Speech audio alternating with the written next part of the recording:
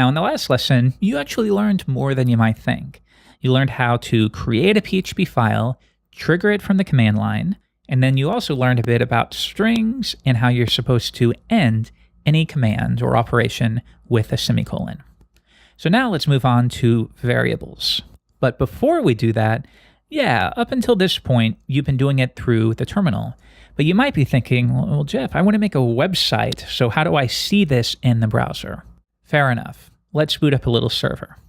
Now, if I run php-h, it'll spit out a lot of help here. These are just various little options you can run from the command line. I'm going to search for server. Okay, so notice if I add -S and then the address, I can run a built-in server. Cool. Let's try it. php-s, and we're going to call this localhost : and we want port 8888. Really, any port would be fine, but just stick with this for now. Okay, so using PHP 7, we are now listening at this URL. So you can copy this and paste it into Chrome or Firefox, or if you are using iTerm, you can command-click any link here. Okay, so now the browser pops up, and we can see the web representation of that code you wrote.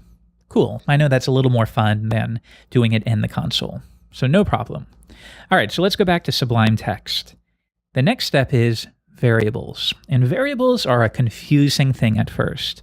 I remember when I was first learning, I would think to myself, well, why would I ever use a variable? Why would that be better than just referencing the value directly? And as you'll find, there's lots of reasons to do it. So first step, how do we create a variable? We do it by adding the $, and then any string. We do it by typing $, and then whatever name we want. So imagine you want a variable for this right here. Well, what is hello world? It is a message, or it's a greeting. All right, let's call it greeting. And then we make that variable equal to, once again, anything we want. There's lots of different constructs I'll teach you about. But for now, you just know about a string. So we're going to paste that in right here. And once again, we're done with our little operation, so we end it with a semicolon. Okay, well, that's your first variable. Good job. So now if you want to echo that out, we can replace all of this entirely with the name of the variable, greeting. Okay, so save it with Control or Command S, switch back to Chrome, and if I give this a refresh, you're going to see the exact same thing, but now you're using a variable. Great job.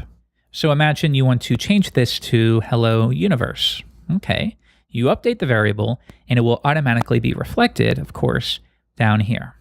And by the way, often on a Mac, you can hit Command-Tab, just real quick, just a quick swipe there to switch between the two most recently used applications. So you'll see me do that quite a bit, and I'm hitting Command-Tab each time. Okay, anyways, if I give this a refresh, or I can hit Command-R to do the exact same thing without hitting that little button there. Anyways, we see it updated here. Now, still though, you might be thinking, well, I don't get it. Why is this better than what we had before? And the answer is, in this case, it doesn't make one lick of difference. And that's because we created the variable, we didn't modify it, and we echoed it out immediately. So, as it turns out, this example is a bit superfluous. But what you will find is that in real life, you will be modifying these values all of the time. For example, imagine you have your name. Okay, create a variable. Don't forget, always use the $sign at the beginning. That's how we describe that this is a variable. Okay, make it equal to your own name, Jeffrey Way. Next, we're going to echo hello, but then I also want to say hello and then the name of the variable. Okay, well, you can't do it like this.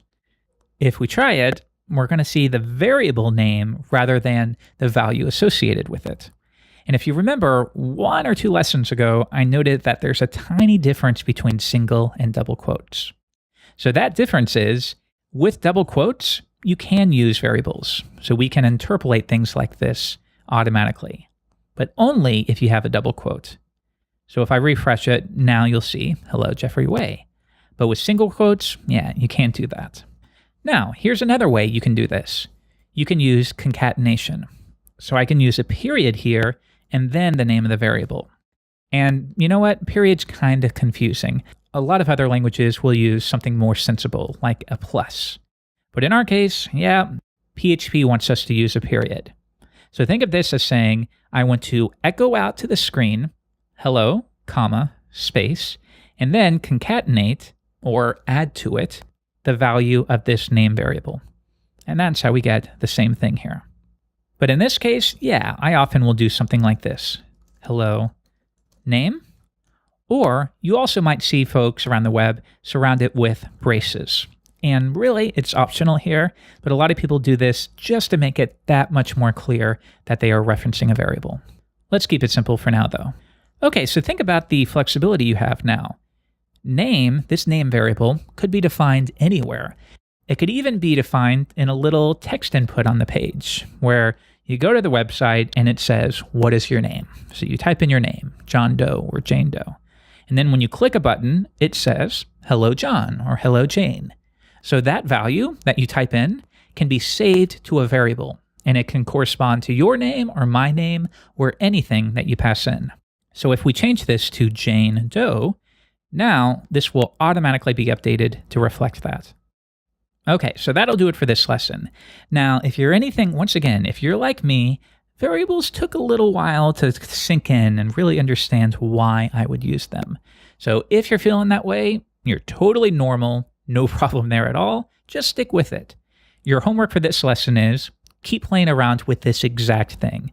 Create a variable and then find some way to echo it onto the screen.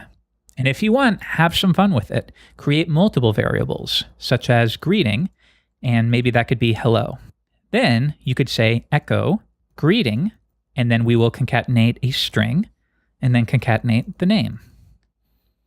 Now we are constructing a full sentence using two different variables here. Now if we refresh it, we get the same thing. Or, like I said, you can nest it within a string, only if it's double quotes. So greeting, name.